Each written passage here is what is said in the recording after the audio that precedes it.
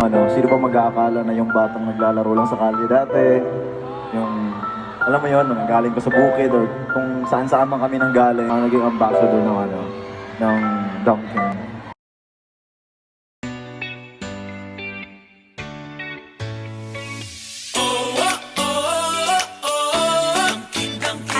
When we first heard that SB19 will be the new brand ambassadors of Dunkin', di ba? 4 or 5 years ago. Yeah. Oo. Guys, don't worry, mamaya papagawa natin. hindi ka nakaligtas, mamaya papalagyan kita.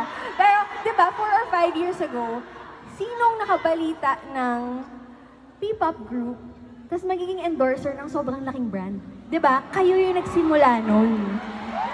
Sobrang nakakagulat and sobrang nakaka-happy yun na finally, di ba, yung idols natin, sariling atin, mga P-pop idols natin or P-pop groups natin, artists natin, not just brand ambassadors, pero naging part pa ng menu. Naging menu pa kayo. And speaking of fans nga, kayo ba, ano yung mga ilan sa mga hindi nyo makakalimutan na bardagulan moments with 18? Balikan natin yan ngayon. Siguro ako hindi bardagulan eh. Like yung pinaka-core memory for me is yung unang event namin with Ninang Dunkin. Yes. Siyempre parang never in our imagination naman as a group na parang makapag-perform agad sa mga big stages. And isa si Ninang Dunkin sa nagtupad noon na makapag-perform kami. And as far as I remember, isa rin si Dunkin sa mga unang nagpa-billboard sa amin. Wow! Tama ba, 80? Tama? Diba? Tapos parang kami, sabi lang namin, gusto namin mag-perform, gusto namin magpakita ng talent sa harap ng maraming tao. Pero hindi namin na-imagine na parang may malaking brand na magtitiwala sa amin at paggawan pa kami ng napakalaking billboard sa EDSA. Na every time na nadadaanan namin, sobrang kilig na kilig talaga kami. Talaga ba?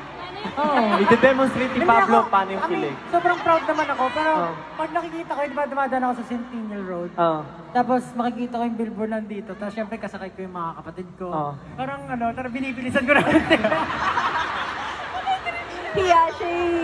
Pero syempre, nakakatuwa na, di ba dati, gano'n pala. Pero ngayon meron na nakikita na Naman. At isa si Ninang Dunkin sa mga nagawa nun. Kaya thank you so much Ninang Dunkin. Grabe po. Until now, grabe yung tiwala and yung support nila sa amin. Maraming Tsaka salamat po. gusto ko yung sabi mo kanina, sino mag-aakala na isang P-pop group ang naging ambassador ng Dunkin. Pero I think it would be beautiful pag sinabi mo sino ba mag-aakala na yung batang naglalaro lang sa kalye dati, yung, alam mo yun, galing pa sa bukid or kung saan-saan man kami nang galing, tapos yung tipong mapapabili kami ng Dunkin kasi masarap talaga siya, tapos isa sa mga, parang kumbaga, pag meron ka nung parang, wow, talagang napakasarap, parang tagumpay talaga eh, parang Saka diba, na-achieve mo yung dream mo, no? bukod sa, yun nga, galing tayo dun sa sinasabi mo, bukid, ng bata. Alam mo, hindi magiging posible lahat yun. Kundi dahil sa 18. Yeah. Kayo ang reason bakit nyo kami nalagay sa billboard at kayo ang reason bakit kami nakapag-concert dito sa Araneta. At syempre, Ninang Dunkin na naniwala sa inyo at sa amin. Thank you. Thank you so much. Tuloy-tuloy talaga ang pag-abot ng pangarap ninyo. We can see naman na your dream as a group is definitely flourishing. There's our friend!